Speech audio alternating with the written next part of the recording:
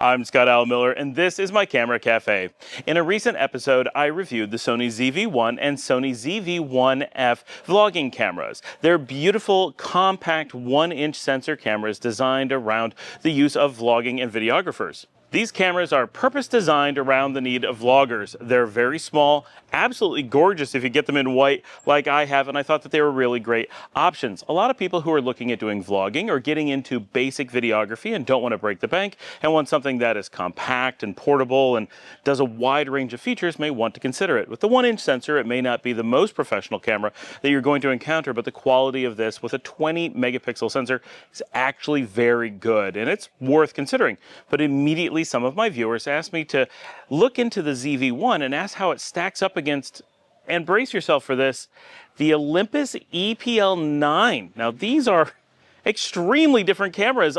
Really caught me off guard on this. I have to say that this camera and its ilk, the 1F, the 1 Mark II, that they're being compared against each other, and there are similar cameras you may want to compare against for sure, but the Olympus EPL9 is a very different camera. It's different in nearly every regard. Even in form factor, these two cameras are only so similar. Maybe at a distance they look pretty much alike, but if we get up close, the EPL9 is significantly larger and heavier. It is also a photographic camera, not a video camera. Of course, it does video just like the ZV-1 does photography, but this one is designed around traditional photography and the workflow of traditional photographers. It's also in a form factor, a style, and from a brand that really focuses on traditional photography. So this was a really interesting mashup for me, but I decided to take on the challenge. So we're going to look at how these two might stack up for the purposes of vlogging, which is why we were looking at this, and see if this could be an alternative for you. Okay, first things first, the ZV-1 is a very compact camera. It is gorgeous, but so is the EPL9. It's small, but so is the EPL9. Importantly, what makes this what it is? For one, it has a flip-out screen that makes it easy for doing vlogging. This is important when you're going to be talking to the camera. You need a screen you're going to be able to use. It's light and compact. It has a grip. It's very easy to run around with just one hand and grab things, because quite often when you're vlogging, you don't have a lot of free hands. You really need to focus on that. It has built-in lens. This is important. This is a very special part of this compared to other Sony ZV lineup members, that the 1 family has the built-in lenses. Now the sonar on the 1 and the tessar on the 1F. With the sonar, we have the extending lens. So depending on what we're doing, it's going to pop out and take up some extra space. It's going to give us a zoom range, which is pretty nice. It's a very, very useful range. We talked about that in the last video. But it does have to zoom out, so it's going to take a little bit of time, makes it a little bit more that we have to deal with, and so forth. But when we're dealing with the 1F, it is simply a pancake lens. So this one is important to note. This is a pancake when we put it in our pocket. It's only extended when we need to use it. With the 1F, it is a pancake all the time. It has no extension whatsoever. But being a pancake means that when it's in your pocket, this is as big as it gets, and with the 1F, this is as big as it ever gets. You get to do everything you are going to do with this form factor. So notice I can just put this full lens in my hand and walk away. I don't have to worry about where it's going to fit, what I'm going to do. It's very easy to throw into a pocket, or I have little bags that I put it in. And so I like these a lot for that purpose. With the 1-inch sensor, good image, 20 megapixel, so that's important. All right, let's look at the EPL9. The EPL9 is a slightly larger build. Now, it does come in white. I don't have that. I have this in this very nice beige color, very professional, very antique looking. I love that about the EP series. They do a great job. The EPL or light line has a little bit fewer features, but notice it does still have a bit of dials on top. It's going to feel a lot more like a photography camera. And the EP series, which I do not have one here, takes that to just a tiny bit more. There's also the PEN F line, which I do not have, which is much more photography centric. That's going to be a lot more expensive. We're not going to consider that in any way. Now, very importantly, a few things. One, this is an interchangeable lens camera. So I threw a pancake zoom on here, so you have a quick look at what a very similar lens to the ZV-1 is going to be. This one is a 14-42. Now, importantly, when you're in a 1-inch sensor, you're talking in equivalents. So when we're talking about the ZV-1, it is a 24-70 full frame equivalent lens.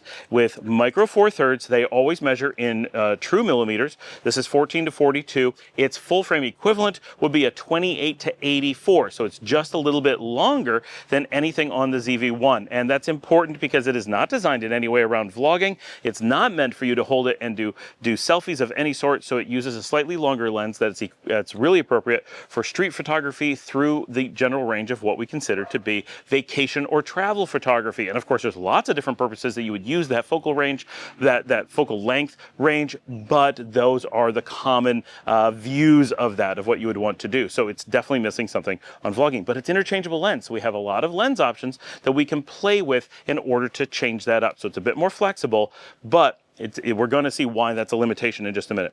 Also, this is micro four thirds, like I mentioned, so it's a bigger sensor than the 1 inch on the Sony. It's not a massive sensor. The 1 inch and this are just one major step apart. So pretty typically, we see this as the step up from the 1 inch. When we're talking professional photography, generally we consider micro four thirds to be the smallest of the professional size sensors and up to medium format, with APS-C and full frame lying in the middle. 1 inch is a kind of transition sensor. It is the largest of what we consider to be small format sensors, and it's small enough that once in a while we do find it in phones, and it kind of is in the transitional point where some people are going to think of it as the largest small format, and some people think of it as, or I'm sorry, the largest small format, and some people think of it as the smallest professional. It definitely crosses over, and there are very good professional cameras, especially camcorders, that will sometimes go for the 1 inch sensor. There's also the 1 over 2/3 inch sensor, which is a little bit smaller yet. You're going to find that in the Sony HX series, and in a pinch, some people will use that for professional work, but it's getting extremely small and definitely has some light gathering challenges.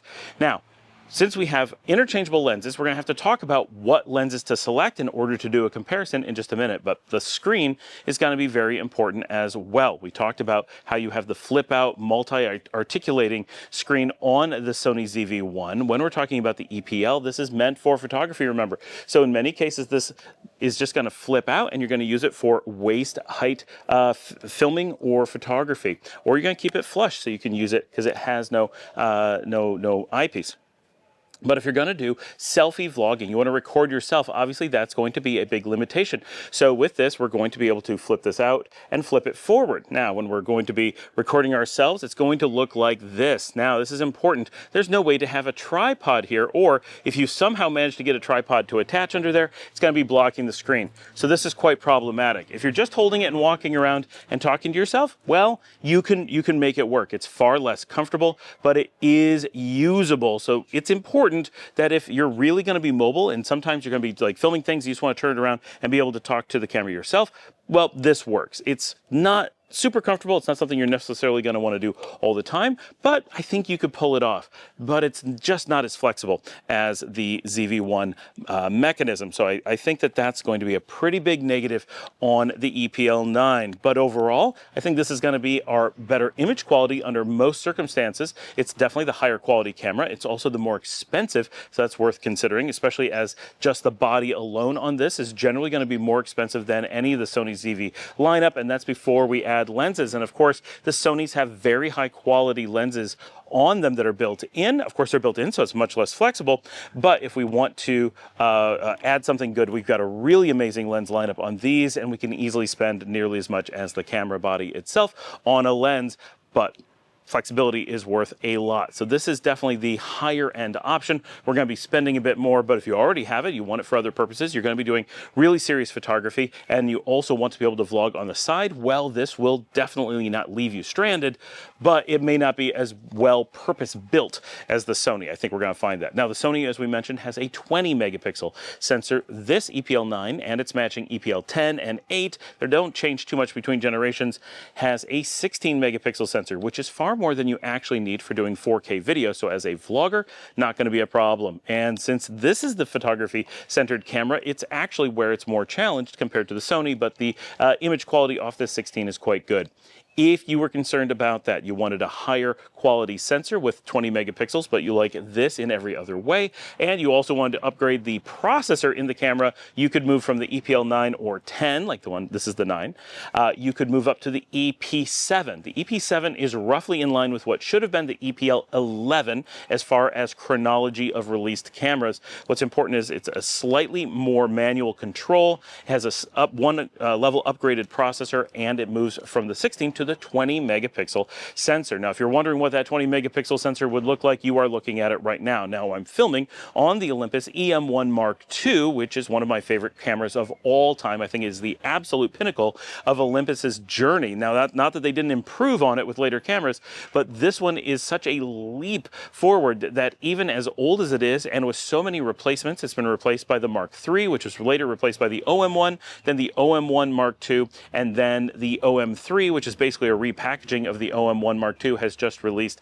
And those cameras, which are essentially the same camera, are still selling new today for between $2,000 and $2,400. And the Mark III is not even available, but would be well over $1,000. And brand new, you can still buy this Mark II for about $1,000, even though it's many generations old. It is such a workhorse, so well designed, such an amazing, amazing professional camera with all of the weatherproofing and everything. So I love it. But from an image quality and sensor and features perspective, it's going to be identical to the EP7 that you can pick up. Now, it's not available officially in North America. It is only sold in Asian and European markets, I believe. So you're looking at probably importing it. It's between $1,000 and $1,100 if you're buying it brand new. You can find it in US used. It does come in white, so you can get a beautiful white or black. I don't like the black. The white is phenomenal. Looks an awful lot like the Sony, but a little bit more classic styling in this form factor. And then you're going to have all of this image quality, all of these new features with that kind of resolution, or this resolution, they're the same, but with this form factor. So that's just an important thing to keep in mind. For those who are interested, we are on the 12-100 Pro f4 lens from Zuiko right now while we're filming, and we're on the Rode Wireless Go 2 microphone system. I know that as a camera channel, it's important to know what we're actually looking at most of the time. So now that we've talked about the basics, let's actually get down to what it's like to use these cameras. We're going to start off with the ZV-1. Now, we're going to use this at 24 millimeters because that gives you what you're really going to use for vlogging. We can approximate what it's going to be like at the high end. The long end, that's no problem at all. So we're going to start recording here and show you. We got nice screen. It's got a very usable screen, lots of information. It works really well. I like this camera a lot. It really is great. And my own use, I think that the Sonar 24 millimeter here with the f1.8 is just fantastic. I think it does a really good job of providing a good image that makes sense for the type of things you're going to do with vlogging. So I like this quite a bit. And I'm going to do a little recording. I'm going to put this back and I'm going to show what I'm recording here. I'm also going to zoom in with this so we can show what the zoom range is like, which is not a ton by any stretch, but I think it's very flexible. So this camera is a great choice for a lot of people. Now, used, these are generally going to be pushing in the high 400s, just to give you a ballpark of what you might be spending on something like this. And with the lens included, that's a wide range of lens flexibility at a pretty reasonable price. Getting that equivalent lens on, say, the EPL9 would cost you that much in lens alone. That's something very important to consider. The micro four thirds sensor does require more glass than does the 1 inch. That's one of the reasons that things are more expensive, but it's just a higher quality system and it's a price premium as well. Olympus is considered quite a premium, and that's just something that people need to be aware of, that you're going to be paying extra for getting into the Olympus system. I love Olympus. I use it a lot. I would be willing to pay more for it than I would be for Sony. I'm generally happier with how it looks, how things work, but it is a price premium. You could get into a Sony full frame professional vlogging system without a lens, interchangeable lens also, for a bit less than you could get into a brand new Olympus that is equivalent to it. It's just important to keep that in mind, and that Olympus would be micro four thirds, while the Sony would be full frame. Not that that's necessarily important. A lot of people prefer micro four thirds. I definitely love it myself. Just things to consider. Now with the EPL9, things get a little bit complicated because with the Sonys, we have a built-in lens. So what is its lens is already guaranteed. By the way, I just want to point out, it is really overcast. We have some really dark clouds rolling in as I'm doing this. I thought it was going to be bright and sunny today, and so we're very gray. If you're wondering why the colors and the saturation is the way it is, it's a very, very cloudy day. Okay, so we're going to choose this. Now this is the kit lens, the 14 to 42 that I mentioned, which is 28 to 84, and when we power this on, we're going to extend just like on the Sony, but you'll notice it extends a lot faster. It's a lot more sure of itself. When you fire this up, it starts right up, unlike the Sony, which hesitates quite a bit and gives me some extra things to do. I've got a beautiful image on the back. I'm going to flip this around. Now, one of the things that I don't like is that to start recording, we've got a record button on the back. It's pretty protected, but when I'm video-centric, I want this a lot more accessible. Now, this is not a kind of camera where we care about that, so that is, it's not really meant for that, but it's worth noting. Now, I've got to hold this really far away at arm's length. I'm going to back up a bit here so you guys can see just how much I'm struggling to try to vlog with this. Now, the image coming off of this, I think when you look and compare this to the Sony, you're going to say, wow, this is a really good image. This is like really amazing, but boy, am I holding it far away. Now, if I want to change the focal length, I can't really get my hand to the lens to be able to do that. It does have an electronic zoom, much like the Sony, and sorry for the wind that suddenly picked up. Like I said, a storm is rolling in, but this is going to give great image, but with some caveats. One, this is a kit lens, so this is definitely not the same quality as the Zeiss on the Sony. It is also that range that's less practical. It is also really, really slow. So this is a 3.5 to 5.6 instead of a so at the fast end, the Sony is a 1.8 on the 1, and on the 1F it is a 2.0. So this is a really slow lens in comparison to those. So we're not going to be very likely to want to do that when we're using this camera for vlogging. If you want to have that really nice bokeh background, anything like that, you're really looking at it not being up to par and delivering a very different result. If you don't want bokeh in the background and you want something that's lower cost and you just want to get into the Olympus system, then this is going to work out absolutely fantastic. And you could jump into this, and it's interchangeable. So there's a lot of things we can do. But here's where the big challenge comes in. There's nothing in the Zuiko, which is the Olympus, or in the Lumix and or Lumix Leica lens lineup from Panasonic, which is also compatible with this, or any of the third-party systems that I have found that is roughly equivalent to the lenses available on the two Sonys, on the 1 or on the 1F. What we would need to be equivalent is something that is very fast, and in the case of the 1, it would be something with a wide angle, small range zoom, preferably in the terms of the micro four thirds measurements, something from like an 8 to a 30, maybe a 28 millimeter, something in there for a range would be perfect. That would give us a wide enough angle to do selfies, but enough that we could do regular photography, street photography, and so forth. But really nothing like that exists up in the lineup. Now the one I'm using goes as far down as 12, which gives us the equivalent of 24 millimeter on full frame, and that would work fine, except the lens on this is enormous and would be very impractical for doing anything like that. This is a big lens with the f4 throughout the range, so it's a great lens, really good and waterproof, lots of features. I love it a lot, but it would not be well suited for putting on this camera and carrying around. Now, what we want with the 1F, I'm going to talk about this for a second, that is a 20 millimeter equivalent with an f2, and that works really well. Now, a lot of people want an f8, want an 18 millimeter equivalent, and I totally understand why that may be, and but neither of those are available in the micro four thirds.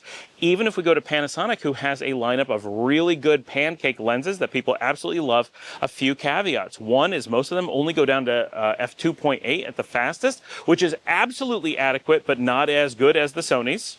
So we're really at a loss as to what to do to really compare to the 1F. We can get some pancakes that are decently fast and decently wide, but not nearly as wide as you want, and neither will be, and none of the options will be as wide as what is available on the Sony ZV-1, which is the longest of all three, the 1 Mark I, the 1 Mark II, and the 1F.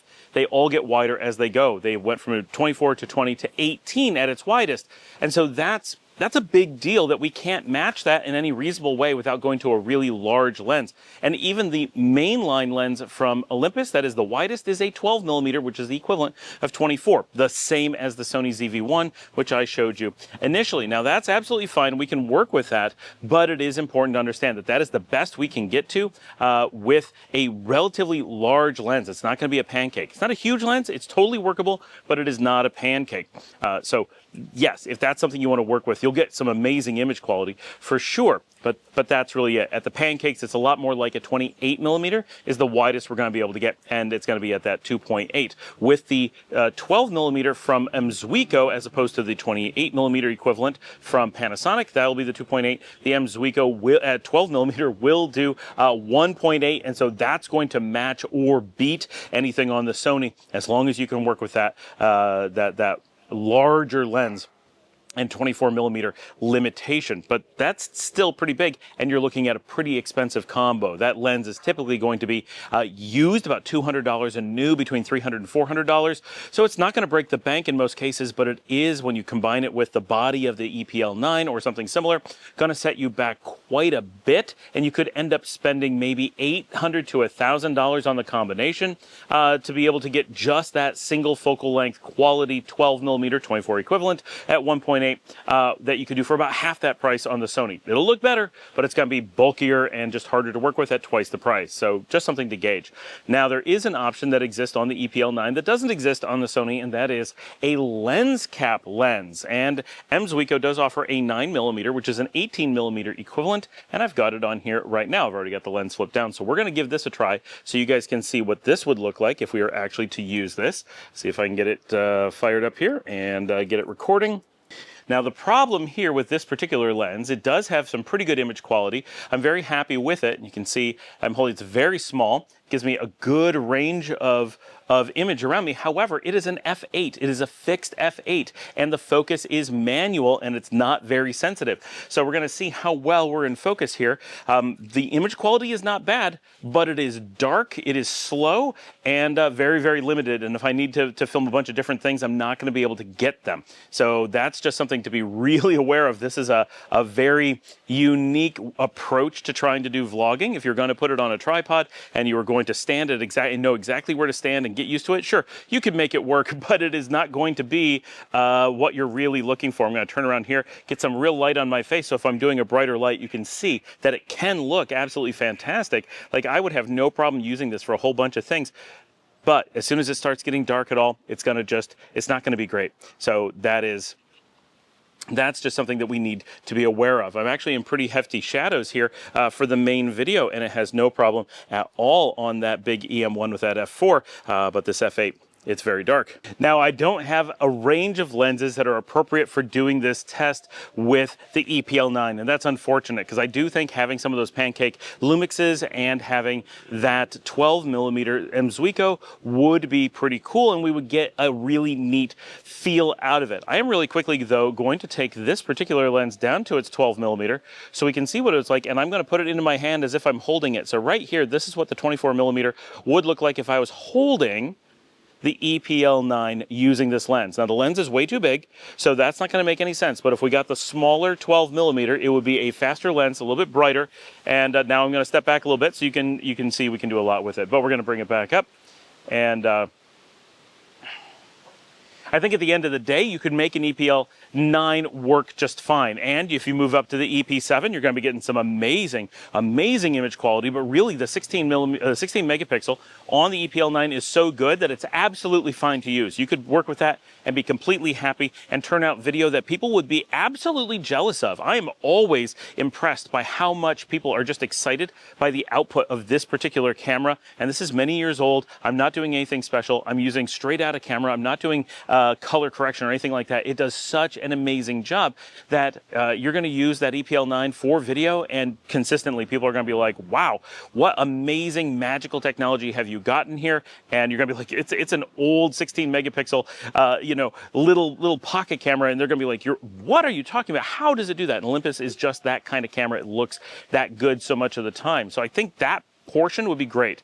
I think you're going to spend a bit. You're going to find it cumbersome. It's going to be expensive if you want to have different lenses to use at different times. You're going to struggle to find a lens that's going to really meet your needs in most cases. Some people are going to find that that 28mm equivalent Panasonic Lumix Pancake is just going to be the lens they want to use, and they never need anything else. And if that's you, that might be the right camera combination. For me, I use the EPL9 for photography and B-roll, and I think for that it is absolutely phenomenal. Those longer lenses and the wide range of high-quality lenses available from Zuiko and Lumix, which I don't really use Lumix lenses myself. I really focused on the Zuiko, no pun intended. But I think you'll find that the range is phenomenal. But when it comes to that vlogging range, that really wide angle, small form factor, it's really, really limited. I do have some things like 7 Artisans that provide like a 7.5mm, really, really wide. But again, manual focus.